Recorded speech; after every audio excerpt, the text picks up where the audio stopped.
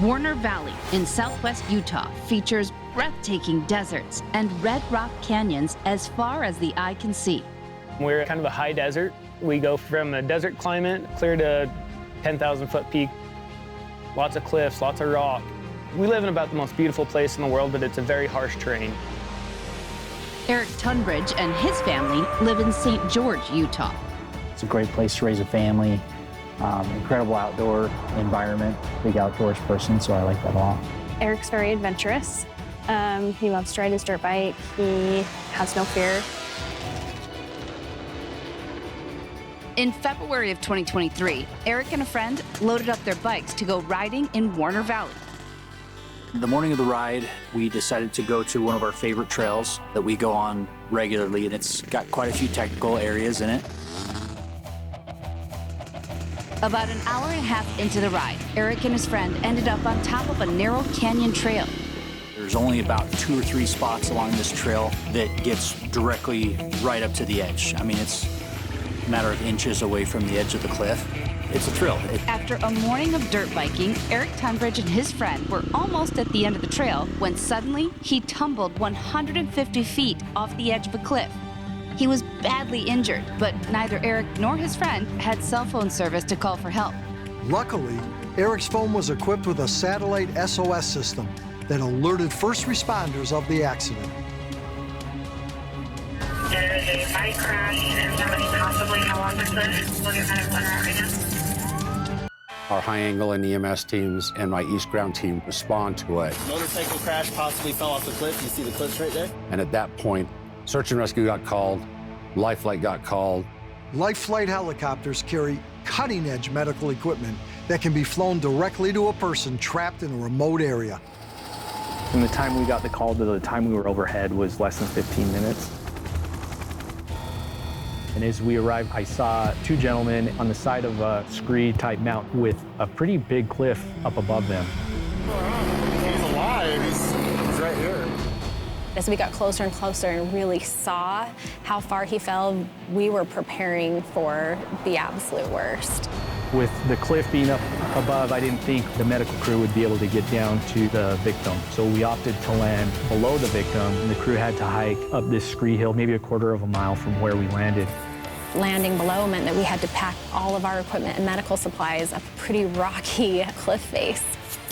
Back at Eric's home, his wife, Tasha, had also seen the SOS alert on her phone. I tried calling him. He didn't have cell phone service. All Tasha could do was wait and hope to hear something. Meanwhile, the Life Flight crew made their trek up the side of the cliff. Just getting up to Eric was a challenge in itself. We were climbing up a literal cliff face. At the same time, additional agencies began to respond, including the specialized high-angle rescue team. I remember looking up the cliff and seeing how far he'd fallen and just being totally shocked that he was still alive. As EMTs and high-angle rescuers made the trek up the cliff, the Life Flight crew began treating Eric. Eric,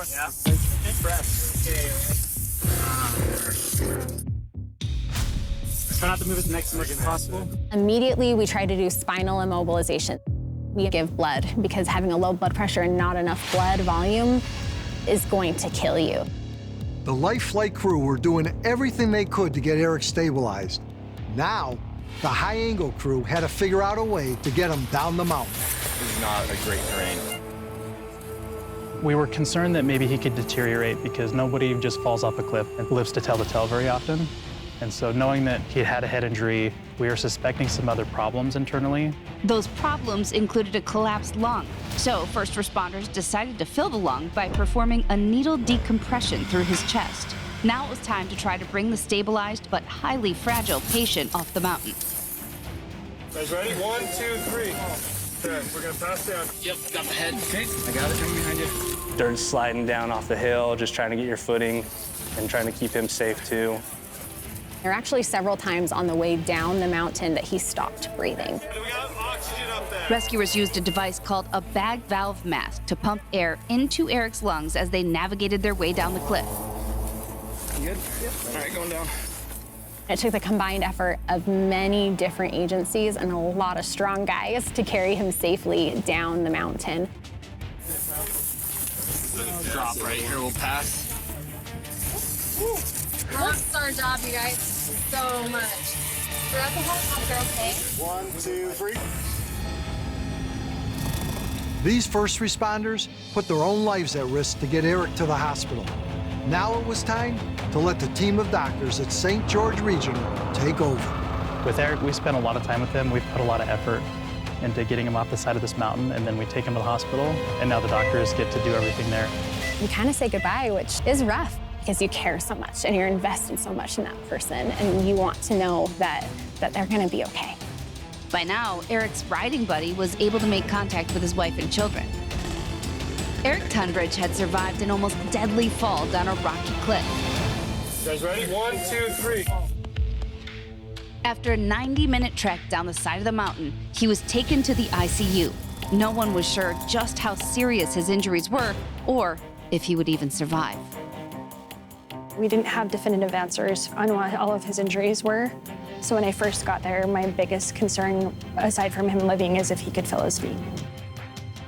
They did a bunch of MRIs and scans on him, and they told me that throughout this they would find the lesser traumatic injuries. So I would say almost every day in the hospital we were finding new injuries.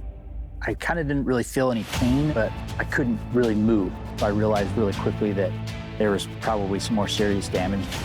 I severed my ACL and tore my meniscus. I had collapsed lung and a few broken ribs. And then I fractured my wrist pretty bad. I had to put metal plates in my left wrist. Even though Eric was wearing a helmet, he still suffered a traumatic brain injury. I wasn't able to recall information, short-term memory. They would give me different types of tests that they would ask me to remember words or to do simple math problems, and I couldn't do it. Incredibly, there was no permanent brain trauma from the accident.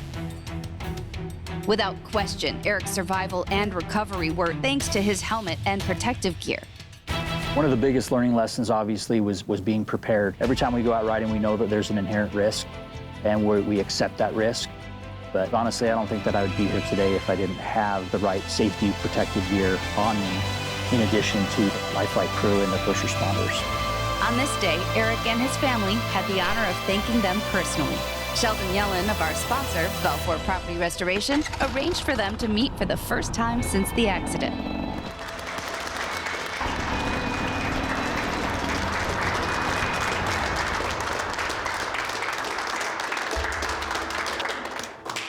Eric, how do you feel? I feel great. Here we are today with so many wonderful people who came together to help rescue and save your life. What would you like to say to them? Just thank you, man. It's just amazing to be here with you guys, and I'm super excited and super humbled by, all the sacrifice that you guys give to help save people, and my family. From all of us, we say thanks. Thank you guys so much. I'm so glad you guys were able to save my dad, because I love dirt biking with him, and I'm glad I get to still dirt bike with him. So I'm just happy that he's alive.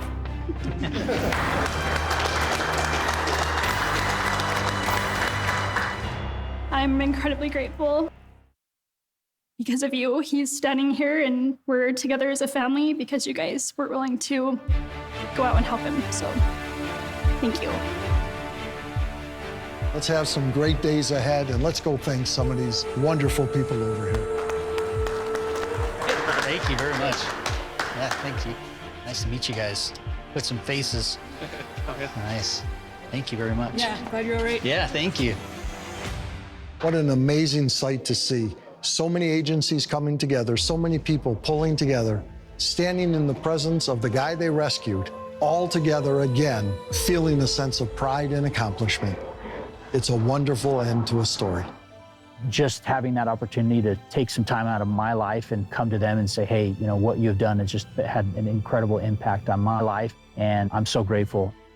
I was a lot more emotional than I thought I would be, but your sense of gratitude is so big. Saying thank you doesn't feel adequate, because if they wouldn't have been there, Eric wouldn't have survived. He wouldn't be with us today.